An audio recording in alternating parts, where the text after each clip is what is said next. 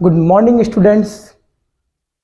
Once again, welcome to my YouTube channel, Pharmacology with Prashant Sharma.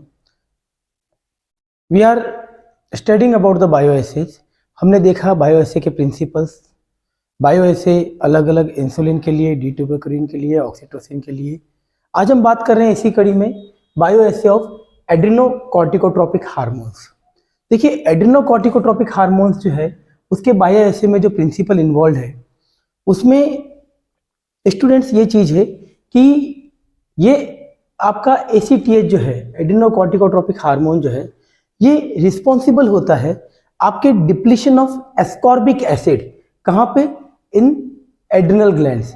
And determination of this depletion of ascorbic acid is compared with standard and test. हम क्या करते हैं कि ये ascorbic acid जो है वो डिप्लीशन होता है आपका एड्रिनल ग्लैंड्स में, और इस एड्रिनल ग्लैंड से होने वाले डिप्लीशन ऑफ एस्कॉर्बिक एसिड को हम standard as well as test की प्रिपरेशन के अंदर जो है हम कंपेयर करते हैं. ये इसका प्रिंसिपल है. क्या है कि आपका ascorbic acid, depletion of ascorbic acid in adrenal glands is compare with the standard test. अब हम करते कैसे हैं? इसके लिए हम क्या करते हैं सर? सबसे पहले एक स्टैंडर्ड प्रिपरेशन है हमारी. स्टैंडर्ड प्रिपरेशन के अंदर हम क्या करते हैं? कॉर्टिकोट्रोपिक इंजेक्शन जो है आपका, कॉर्टिकोट्रोपिन इंजेक्शन जो है वो या तो सबक्यूटेनियसली या इंट्रामस्कुलर, दोनों में से किसी भी तरीके से हम इसमें यूज कर सकते हैं. ये आपके स्टैंडर्ड प्रिपरेशन है जो बाजार में अवेलेबल है, कॉर्टिकोट्रोपिन इंजेक्शन. इसके बाद में टेस्ट एनिमल. टेस्ट एनिमल हमारा यहाँ पे क्या है? आपका मेल विंस्टर रैट. ये आपका एक टेस्ट एनिमल है जो कि लगभग 100 से 120 ग्राम के आसपास का है.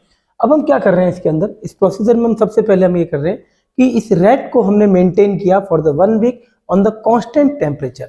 लगभग आपका रूम टेम्परेचर, एक कांस्टेंट टेम्परेचर पे जो है आपने रैट को 1 हफ्ते के लिए मेंटेन किया.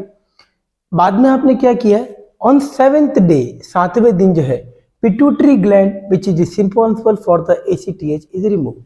हमने क्या किया कि जो पिट्यूटरी ग्लैंड है, जो कि इस की मास्टर ग्लैंड है, जो ACTH की आपकी उसमें प्रोडक्शन के लिए हेल्प आउट करती है, तो उसको हमने क्या किया है कि रिमूव कर लिया है.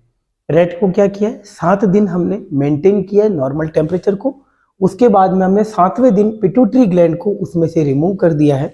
अब रिमूव करने के बाद में हम क्या करेंगे कि लगभग 21 से 27 घंटे बाद हम उसकी लेफ्ट एड्रिनल ग्लैंड को जो है रिमूव कर लेंगे. ठीक है जी. हमने रैट के अंदर से लेफ्ट एड्रिनल ग्लैंड को रिमूव करना है आफ्टर द 21 और 27 आवर्स. इसके बाद में हम क्या करेंगे? Injection of test is given to the peritoneal route and after 1 hour right adrenal gland is removed.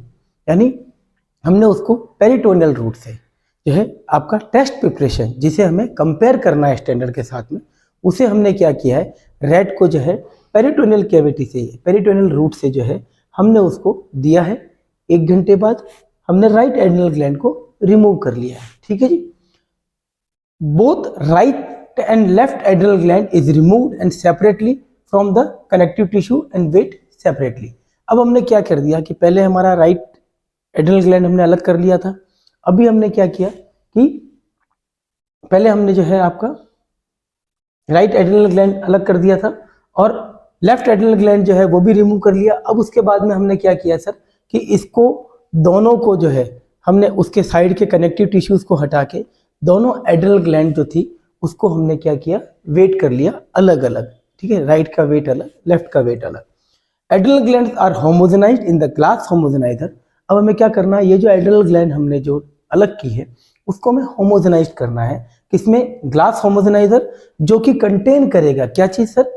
Sand and 4% of trichloro acetic acid, है ना. वो जो आपका ग्लास कंटेनर है जिसको आप होमोजेनाइज, जिसके अंदर आप होमोजेनाइज कर रहे हैं, उसके अंदर क्या होगा? Sand and 4% of trichloro acetic acid.